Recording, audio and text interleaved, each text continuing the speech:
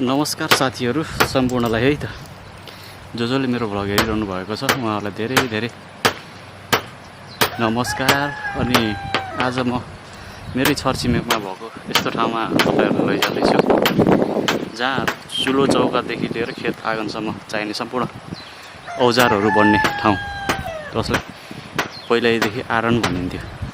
सायद हाम्रोतिर आरन भनिन्छ, तपाईँहरूतिर के भनिन्छ है। अनि यो चाहिँ मैले खासै देखेको थिइनँ, धेरै भएको थियो, छ भन्ने पनि लागेको थिएन, तर अचानक छ भन्ने थाहा पाएँ। अनि यसो घुम्दै आउँदा चाहिँ यहाँ काम गर्दै हुनुहुँदो रहेछ एकजना दाइले आफ्नो आरनमा। उहाँसँग बसेर यसो भलाकुसारी गरौँ है त, कस्तो छ, के छ, कतिको चलिरहेको छ भनेर म यो एउटा सानो भिडियो सामग्री उहाँ दाइसँग कुराकानी गर्दै यहाँ हो, यो हो आरन। ऊ बेलादेखि चलिआएको पेसा।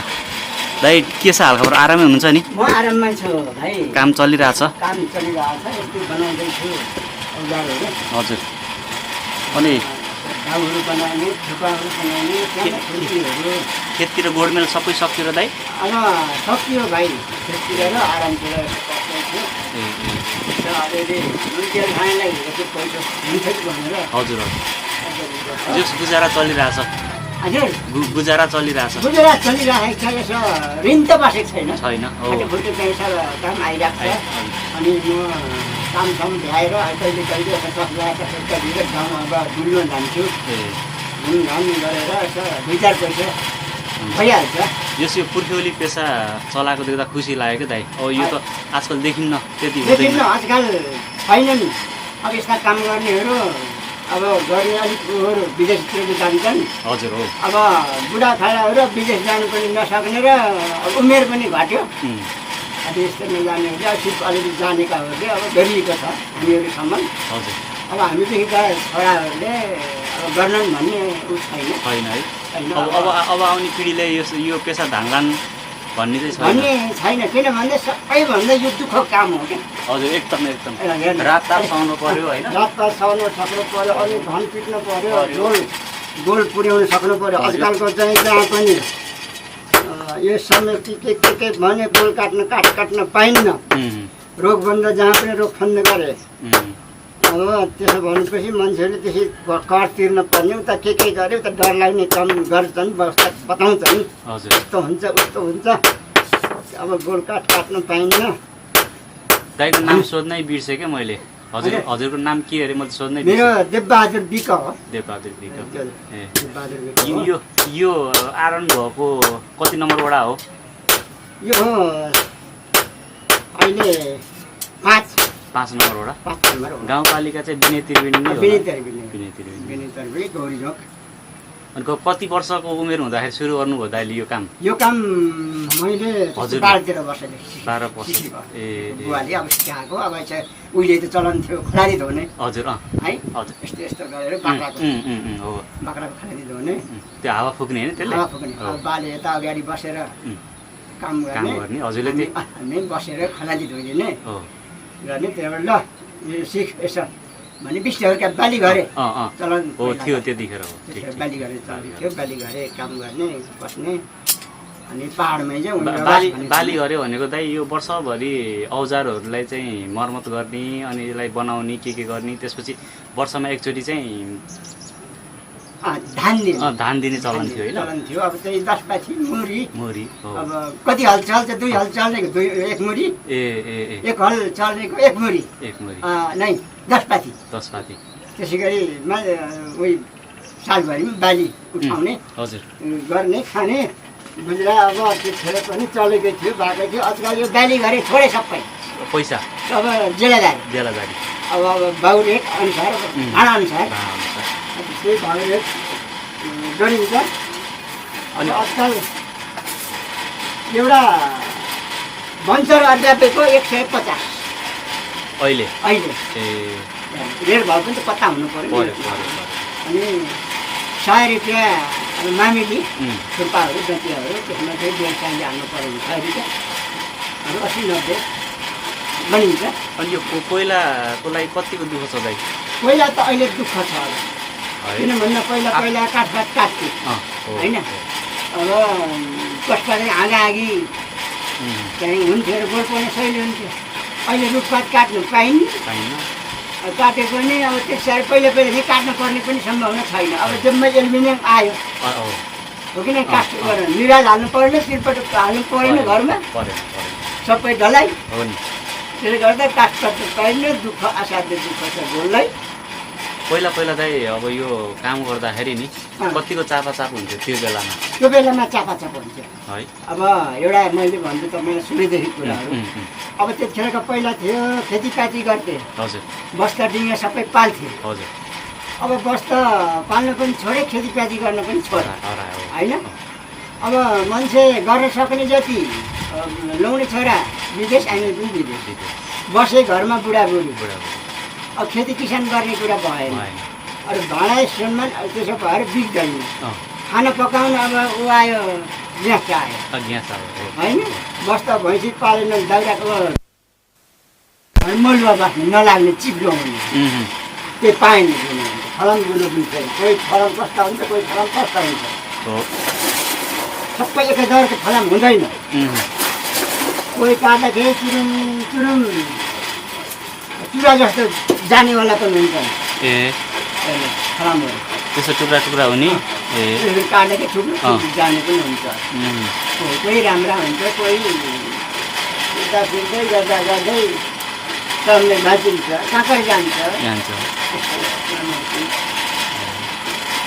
जान्न ठिकाले भयो, पानी राम्रो भयो, बल्ल पानी राम्रो, त्यस्तो राम्रो काट्ने लाग्ने भन्ने भन्ने भनेको त्यही पानीमा हो। बनाउनु पनि एउटा कसैका हुन्छ लबाखालु बजारे छिपिएको पनि है, गोखाउ त फलाम भए भयो है।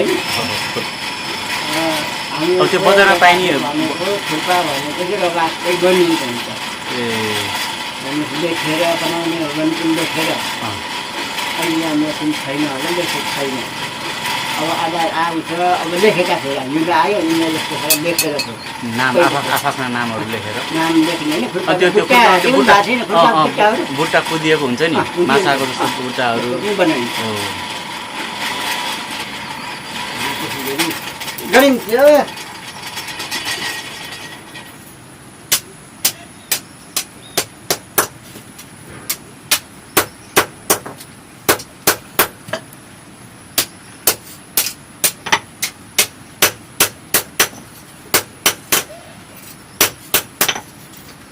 काम आयो भने त दिनमा त 4-5वटा हँसियाहरू बनाएर सक्नुहुन्छ होला है?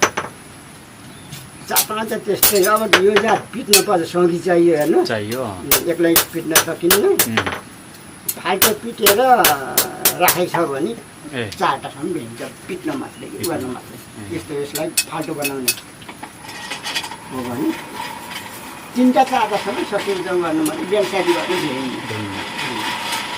एउटै मात्रै सर्लक्कै हो भने भ्याइन्छ है। फेरि एउटा फाल्टो बनाएर पिटेर बेलसादी सब काट्ने, साँझ त काट्ने गराउनु सकिन्छ। त्यति गर्ने भने कि फाइदा भएन, फाइदै भएन।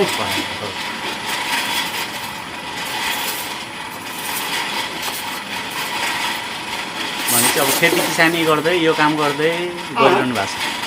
खेती किसान गर्नु भ्याएपछि के गर्ने हो र? अन्त जानु के काम गर्ने जाने, आफ्नो जाने होइन। आफ्नो पेसा त धेरै राम्रो हो नि त, आफ्नो तरिकाले गर्न पाइयो होइन। अल्छी लाग्यो भने बस्न पाइयो, आफ्नो अर्डरबाट हो।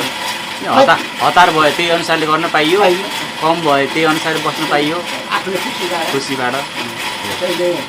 भएन, यो भएन, ऊ भएन भन्नु परेन।